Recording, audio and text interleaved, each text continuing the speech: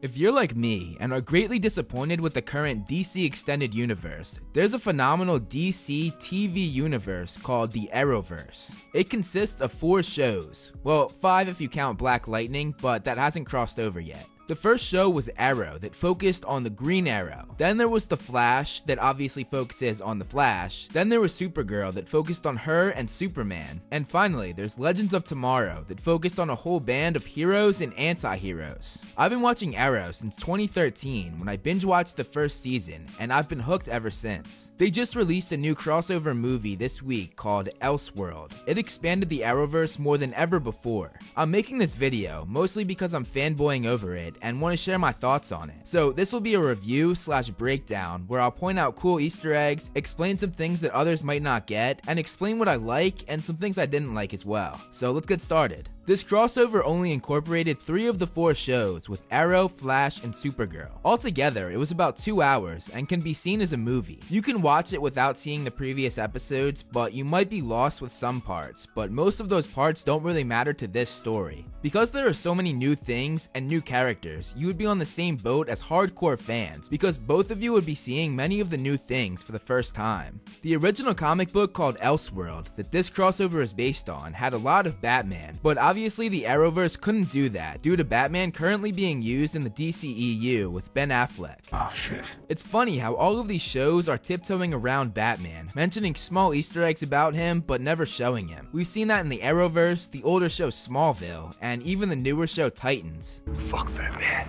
Although the Oliver Queen in Arrow is not how the Green Arrow is supposed to be. It's a known fact that they made Oliver Queen Batman disguised as the Green Arrow. In the comics, Green Arrow is a jokester and lighthearted, while in Arrow, he's dark and brooding and blames everything on himself, pretty much exactly what Batman does. Anyway, in this crossover, the premise is that Oliver and Barry switch places in everyone else's eyes but their own. It's an interesting premise and can be funny at times. I guess he's still getting the hang of it.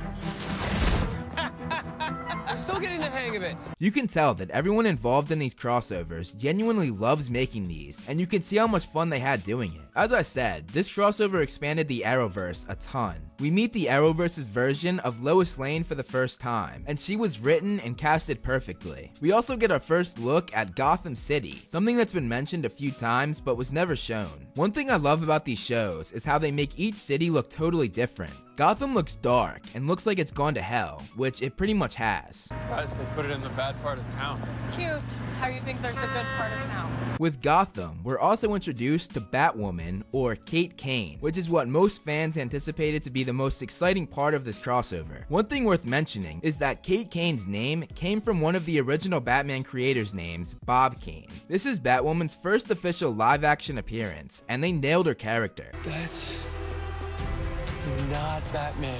While in Gotham, we hear a lot about Bruce Wayne and Batman. The Batman's an urban legend. Wait, you don't believe Batman's real? We find out that he left Gotham, which they of course had to do because again, the DCEU was using him. Batwoman tells them that after Batman left, Bruce took it hard and left himself, meaning that he stopped being Batman and couldn't bear to watch his city fall anymore, which is an interesting way of explaining his character. I also love how they mentioned Oliver's similarity to Batman, saying that he was the original vigilante. I'm the original vigilante, Barry. One of the coolest things for me is that they incorporated the Kent family farm from Smallville, which is actually my favorite show of all time. Smallville is actually what spawned the creation of every show in the Arrowverse, so it was awesome to see that they paid homage to the OG superhero show. I got chills when the theme song for Smallville started playing as they revealed the Kent farm. Although it was weird seeing someone other than Tom Welling and Erica Durance on the farm, but as I said, Lois was written and casted perfectly, so no complaints there. Another awesome thing that they threw in was the 90s Flash. John Wesley Shipp played Barry Allen in the original show. Shipp had been on the Flash many times, but he was either Barry's dad or Jay Garrick, the old Flash part of the Golden Age. Shipp's Flash in this crossover was literally the 90s TV show Flash with the same suit and everything, and he's even from Earth 90, around reference to the year that his show took place. While a lot of this crossover is fun and lighthearted, there are actually some pretty deep moments, specifically with Oliver and Barry. When the two switch, they have to act like the other while they fight. We see that Oliver draws from bad memories and anger, while Barry draws from happy memories. We see the two struggle, and see a definite change in them, as they're forced to act differently than they're used to. It also parallels how different their shows are, Arrow being dark, while The Flash is more lighthearted. I don't think that you can go more than 9 hours without some sappy motivational speech. We see Barry start to use bad memories and anger while he fights, and refuses to stand down to cops. He was ready to brutally hurt the guy whose neck he was standing on. A dark moment for a character who normally relies on happiness. They were forced to use the opposite approach to fight than they're used to. In the end, we see that both of them learn something from switching places. Oliver especially learns that he doesn't have to draw on bad memories, but can draw on good ones as well. The two also understand each other much better afterward, and become closer because of it. Good man. So are you. Even if you don't want people to believe it. The villain, Deegan, is also interesting because all he really wants is recognition. In the beginning, we see him get humiliated while teaching. Hey, Frankenstein, go back to your mad scientist lab. In his new alternate reality, he makes himself Superman and makes everyone compliment him. Congratulations, sir. The way you caught that crane like it weighed nothing. Very, very impressive. It's sad and shows how lonely and desperate for attention he is. It's clear that he wants to be good, letting Oliver and Barry get away to save children in one scene. He's conflicted and confused, and is ultimately taken advantage of by the other main villain, the Monitor. When you give a desperate man power, they become even more desperate to cling onto it, and that's exactly what we saw here with Deegan. Now, some things that I didn't like or had a problem with. Most of these are just nitpicks, but I feel like they're worth mentioning because this is a review. They introduced Deathstroke's son in the beginning of the Arrow episode, and honestly just completely wasted him. They could have had an awesome episode dedicated to just him. In one scene, Oliver goes over to talk to Iris while she thinks that Oliver is Barry. The real Barry tells him to say to her that she's his lightning rod, but wouldn't it make more sense for the real Barry to go over and tell her that? Because Oliver barely knows her. He isn't going to be able to convince her of anything, and later on, they just end up having Barry do it anyway. So why didn't they do that from the start? Some of the green screen work here looks really bad and very unprofessional. You can see the shadows of the light that was way too harsh, especially when it was up against this dark background. In the scene where Deegan made himself Superman, how does Oliver just know it's Deegan with him barely saying anything? And how did Superman start losing to Deegan? He should be able to control his powers way better than Deegan, who just got them. It's actually a common theme that Superman is weak in the series though. We saw Supergirl beat him up pretty badly earlier in the series, something that almost never happens in any form of their characters besides here. Another complaint I had was that there was way too much focus on Oliver and Felicity's relationship. I'd say save that for the solo Arrow episodes. Now, some Easter eggs. This includes things from the comics, previous episodes of shows, other movies and TV shows, and anything else that I thought was worth mentioning. The opening scene is a big one. We see a bunch of dead bodies, including Stargirl, who looks like the Stargirl from Smallville. We also see Firestorm and Leonard Snart, or Captain Cold, both of whom are from Legends of Tomorrow. And we see Green Arrow, whose costume looks exactly like the Green Arrow's costume from Smallville when he was played by Justin Hartley. I am Green Arrow. In one scene, we see Barry get Oliver back by shooting arrows in his back, just like Oliver did in the very first crossover back in 2014. I've been waiting 4 years for that, man. We see the famous Batman spotlight, along with Batgirl's batarangs, one of Batman's main weapons. The Wi-Fi password for Wayne Industries is Alfred, a nod to Bruce's butler and guardian after his parents died. There's a line that's short, but has such an impact on the entire universe. The Earth 90 Flash says that Diggle isn't wearing his ring. You're not wearing your ring.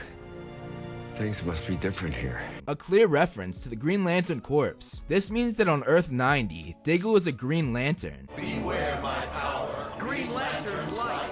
Diggle was an original character made specifically for this show, so they can do pretty much whatever they want with him. I'm hopeful that they'll explore this more in the future. We also got a look at Arkham Asylum, which in itself had many Easter eggs. There were many names on the cell doors that were references to Batman's famous rogues gallery. It included O. Cobblepot, who is Oswald Cobblepot, or the Penguin. There was Isley P, who is Pamela Isley, or Poison Ivy. There was also Carlo B, who was Basil Carlo, or Clayface. There was also Nigma E, who was Edward Nigma, or the Riddler. Next to his door, there's also a riddle carved into the wall that says, "What is blue and gray and red all over?" referencing a bleeding Batman. This is cool because we now know that the Arrowverse Batman wears a blue and gray suit, something that has rarely been done in live action. There was also Guggenheim M, which stands for Mark Guggenheim, one of the creators of Arrow. Some other Arkham Easter eggs include Bane's mask from The Dark Knight Rises. No one cared who I was till I put on the mask. We also see a cold gun with the name V Freeze on it, which stands for Victor Freeze, or Mr. Freeze. We also see his wife, Nora Freeze, who is actually played by Stephen Amell's wife. Scarecrow, another Batman villain, doesn't make a direct appearance, but his famous fear gas does. It makes Oliver and Barry fight each other, thinking that they're each other's worst enemies. The biggest Easter egg from Arkham, and ultimately the end of the crossover, is the appearance of Psycho Pirate. The mask he has allows him to manipulate emotions, and he plays a huge role in the Infinite Crisis arc, the crossover that's coming in fall of 2019. The wait for that is going to be brutal. So this is kind of becoming an annual thing, huh? There's also the mention of Superman and Batman being frenemies, and later we see a moment between Supergirl and Batwoman, and they say world's finest. I feel like we would make a good team.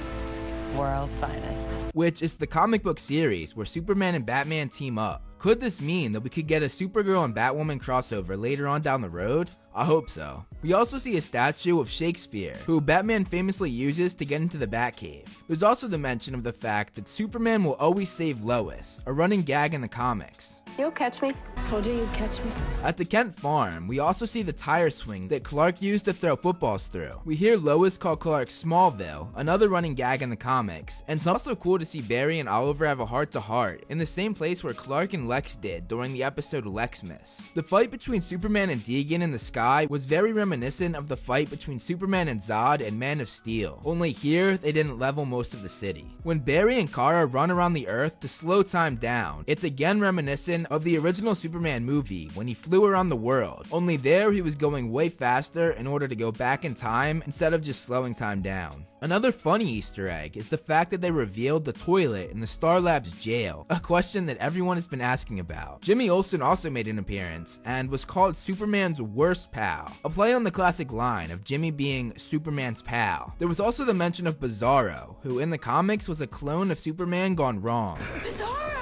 All in all, I really enjoyed this crossover. As I said, you can tell that they had fun making this, and it translated to the finished product. This was a fan service project, and a damn good one too. You can tell it was made for the fans. It was the mid-season finale for all 3 shows, and was a great end to the first half of each season. I'd highly recommend watching this, and would recommend even more strongly to watch these incredible shows. I enjoy them far more than the DCEU and their Justice League films. In my opinion, the Arrowverse is at the top of the new content that DC has been putting out. Thank you so much for watching, guys. You can follow me on social media. Links for that will be down below. If you like this video, make sure you press that subscribe button to help grow the channel. I want to give a huge shout out to all my Patrons listed below. If you want to be listed on my next video, check out my Patreon. You'll be featured on the video and get a bunch of other rewards as well. Again, thank you so much for watching, and look out for more great videos on the way.